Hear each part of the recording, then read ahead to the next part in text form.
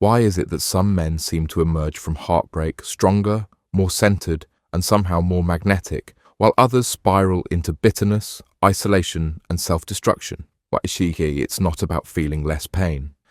The truth might surprise you. High-value men don't experience heartbreak differently. They process it differently. They face the same crushing weight of loss, the same sleepless nights, the same moments when breathing itself feels like an act of courage. But somewhere along the way, their path diverges. Think about the last time your heart was broken. Remember that hollow feeling in your chest, that sensation of being untethered, drifting through your days while the world continued spinning around you at its normal pace. That's universal. No man is immune to it, regardless of his status, wealth, or appearance. But here's where the difference begins. The average man treats heartbreak as something happening to him, a cruel twist of fate that he's powerless against. He becomes the victim of his circumstance, trapped in the amber of his pain. The high-value man, however, sees heartbreak as something happening for him, a devastating but necessary catalyst for growth. Let me be clear, this isn't about toxic positivity or denying your feelings. Pain demands to be felt.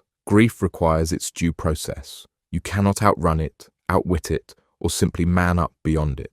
What separates the high-value response is what happens after acknowledging that pain. When a relationship ends, the first instinct for many men is to fill the void immediately, to numb themselves with distraction. Maybe it's diving into meaningless encounters, drowning emotions in alcohol, or losing themselves in endless work. These are attempts to escape feeling vulnerable, to create the illusion of moving on without actually processing what happened. High-value men understand a fundamental truth. The only way out is through. They allow themselves to feel the full depth of their loss. They recognize that grief isn't linear. It comes in waves, recedes, and crashes back unexpectedly. Most importantly, they don't hide from it. They don't pretend to be over it when they're not. They understand that emotional honesty isn't weakness. It's the foundation of true strength. But, and this is crucial, they refuse to make heartbreak their identity. There's a difference between processing pain and living in it permanently. The high-value man creates boundaries around his grief. He might say,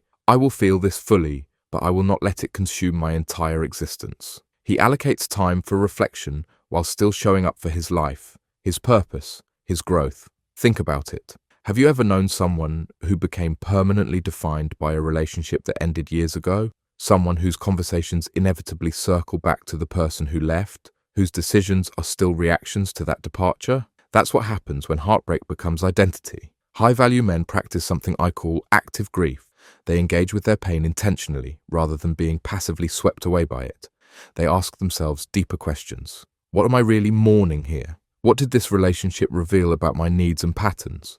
What part of myself am I afraid of losing along with this person? These men use heartbreak as a mirror, not just a wound. Another critical distinction: high-value men understand the difference between accountability and blame. They examine their role in the relationship's end without turning to self-flagellation. They can acknowledge where they fell short without concluding they're fundamentally unworthy of love. Similarly, they can recognize their former partner's limitations without villainizing them. They understand that most relationships don't end because someone is a monster. They end because of incompatibility, timing, or growth in different directions. This perspective allows them to extract the lessons without remaining trapped in resentment. Pause for a moment and consider your own patterns after heartbreak. Do you tend toward bitter generalization? Do thoughts like, "all women are the same," or "relationships always end this way," become your new gospel? That's a defensive mechanism, an attempt to protect yourself from future pain by dismissing the possibility of genuine connection.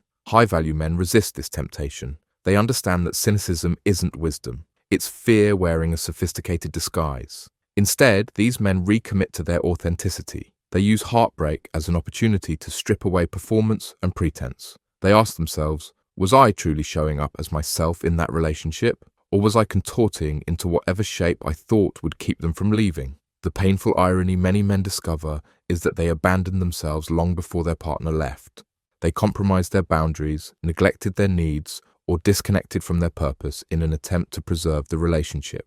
The high-value response is to use this realization not for self-criticism, but for recalibration. Now, let's talk about something rarely discussed: the grief beneath the grief. Often, what devastates us most isn't just losing the specific person, it's losing the future we had imagined with them, the shared home that will never be built. the family that won't materialize in the way we'd pictured, the growing old together that now belongs to an alternate timeline. High-value men allow themselves to mourn these phantom futures.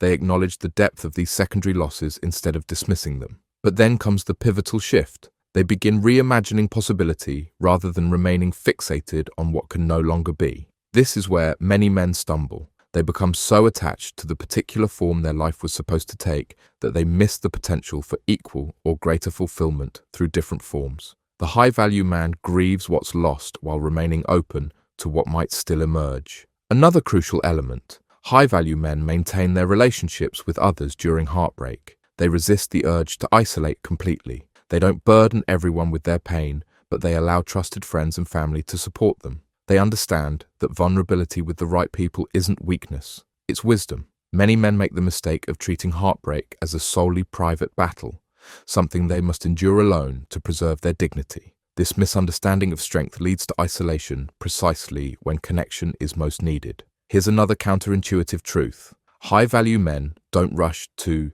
get back out there. They recognize that healing has its own timeline that can't be forced or scheduled. They understand that bringing unprocessed grief into new connections does a disservice to everyone involved. Instead, they focus on reconnecting with themselves first. This period becomes one of genuine self-rediscovery. What parts of yourself did you set aside during that relationship? What interests did you neglect? What friendships did you let fade? Heartbreak creates space for reconnection with your authentic self, separate from your identity as someone's partner. The high-value man uses this time to reinvest in himself, not out of bitterness or revenge, but from genuine self-regard.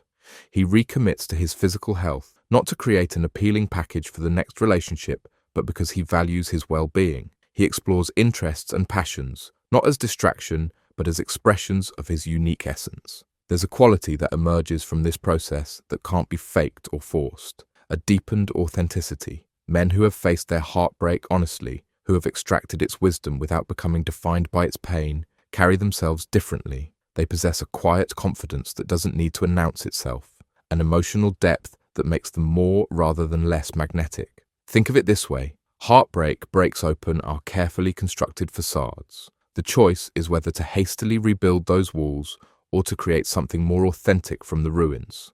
The high-value response isn't about appearing unaffected. It's not about how quickly you can post photos with someone new. It's about the internal work that no one witnesses, but that fundamentally transforms who you are. Remember this: your response to heartbreak isn't just about getting through the present pain. It's laying the foundation for every relationship that follows. The man who avoids truly processing one heartbreak carries that unfinished business into his next connection, creating patterns that repeat with different faces. So where do you begin if you're facing heartbreak now? Start by giving yourself permission to feel without judgment. Create space each day to acknowledge your grief rather than running from it. Write about it. Speak about it with trusted friends. Let it move through you rather than becoming stagnant within you. Next, maintain the structures of your life even when motivation abandons you. The discipline of showing up for yourself, for your work, your health, your commitments, becomes an anchor when emotions are turbulent. Resist the urge to make permanent decisions based on temporary feelings. Don't destroy what you've built out of momentary despair. Your future self will thank you for your restraint. Practice radical honesty about your role in what happened without slipping into shame. Extract the lessons without defining yourself by your mistakes. Ask, what will I do differently? Not because I'm flawed, but because I'm growing. Finally, remain open to the possibility that this ending, painful as it is, might be making space for a beginning you couldn't have imagined.